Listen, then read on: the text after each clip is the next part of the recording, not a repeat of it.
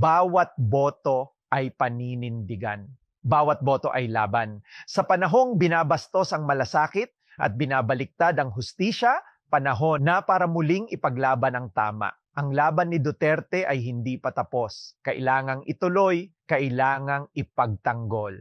Hindi lang ito tungkol sa mga proyekto. Ito ay laban kontra katiwalian. Okay ba ang AKAP program? Kaya may AIK dahil ni Speaker. Kaya may AKAP dahil ni Speaker. Kaya may tupad dahil ni Speaker. Laban para sa kinabukasan ng bawat Pilipino. Ngayon, nais nilang tanggalin si Sara Duterte, ang isa sa natitirang matatag na leader na hindi sumusunod sa bulok na sistema.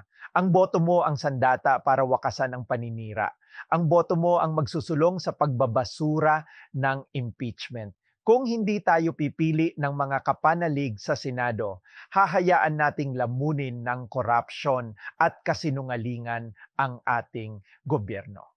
Ipaglaban si Sara. Ituloy ang sinimulan ni Digong, tama ang puso, tama ang direksyon, tayo ang magtatanggol sa bayan.